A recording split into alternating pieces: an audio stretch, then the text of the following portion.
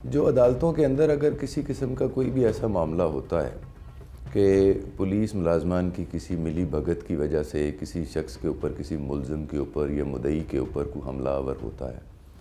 تو ایسے معاملات میں ایک تو یہ بات ہمیشہ جو ہے وہ قابل غور رہنی چاہیے اور اس کا تدارک کی حتی الامکان کوشش ہونی چاہیے کہ پولیس ڈپارٹمنٹ اس چیز کو انویسٹیگیٹ کرے کہ جو ان کے وہاں پر آفیشلز تعینات ہیں ان کا کیا رول ہے، اور اگر کسی کا رول اس میں آتا ہے تو میں پھر کہوں گا کہ اس کو ایگزیمپلری پنشمنٹ ہونی چاہیے۔ دوسری بات یہ ہے کہ عدالتیں اس کو سنگین جرم کے زمرے میں لیتی ہیں، اور یہ جو ہمارا اینٹی ٹیررزم ایکٹ 1997 ہے اس کے تحت اگر پولیس کی کسٹڈی میں یا ادروائز عدالت کے اندر کوئی ایسا حملہ ہوتا ہے جس میں اسلحے کا استعمال کیا جاتا ہے، کسی ایک پارٹی کو جانی نقصان پہنچایا جاتا ہے، تو وہ اینٹی ٹیررزم ایکٹ کا ایک اوفینس ہے، شیڈیول 3 کے طور پر وہ ایک شیڈیولڈ اوفینس ہے، اور اس کا ٹرائل جو ہے وہ اینٹی ٹیررزم کورٹ میں ہوگا اور وہ سپیڈی ٹرائل کے زمرے میں بھی آئے گا، اور یہ کوشش کی جائے گی کہ ایز مچ ایز پریکٹیسیبل اس کو ایکسپیڈیشیسلی یعنی جلد از جلد اس کا ٹرائل کیا جائے اور وہاں پر پھر اس کو 780 کے ساتھ بھی اس کی جو ہے وہ پنشمنٹ دی جائے۔ تو عدالتوں میں تو بنیادی طور پر سزاؤں کا جو قانون متعین ہے اس کے مطابق ہی عدالتوں نے اس کا فیصلہ کرنا ہے، لیکن جو چیز زیادہ امپورٹنٹ ہے جس کو دیکھنا ہے کہ اگر پولیس یا انویسٹیگیٹنگ ایجنسی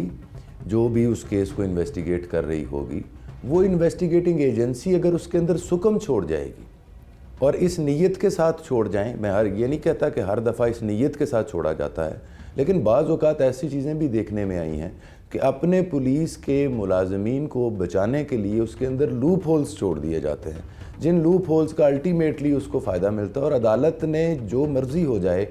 حالات و واقعات جس طرح کے مرضی ہوں، اس نے شہادت کو دیکھنا ہے، ایویڈنس کو دیکھنا ہے، تو وہ ایویڈنس کے اندر ایسے لوپ ہولز چھوڑ دیے جاتے ہیں جن لوپ ہولز کا ان کو بینیفٹ ملتا ہے، اور پھر اس سے ڈھارس بنتی ہے جب کوئی ایک شخص ایک دفعہ کوئی بھی وقوع کر لیتا ہے اور اس میں سے وہ بری ہو جاتا ہے یا وہ کسی لوپ ہول کے بینیفٹ کی وجہ سے وہ چھوٹ جاتا ہے، اس کو کوئی رعایت مل جاتی ہے، تو اس کا حوصلہ بڑھتا ہے۔